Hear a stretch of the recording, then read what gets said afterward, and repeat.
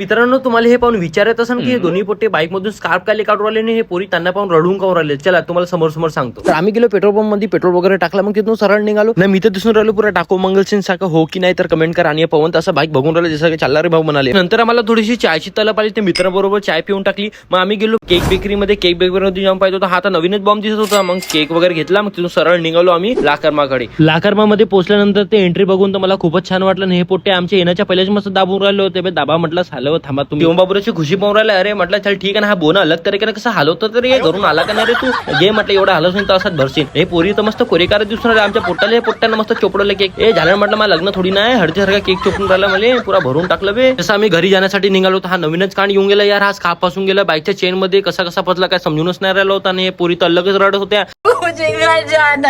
पोट्टे तर ना पोरीला इम्प्रेस करायचं बम ताकद लावून राहिले घरी सोडासाठी. पण या बड्डे बाच्या दिमागामध्ये काय भलता सुरू होतं वाटते. घरी तर सिलेंडर उचलला होता, उचलत नाही तर गाडी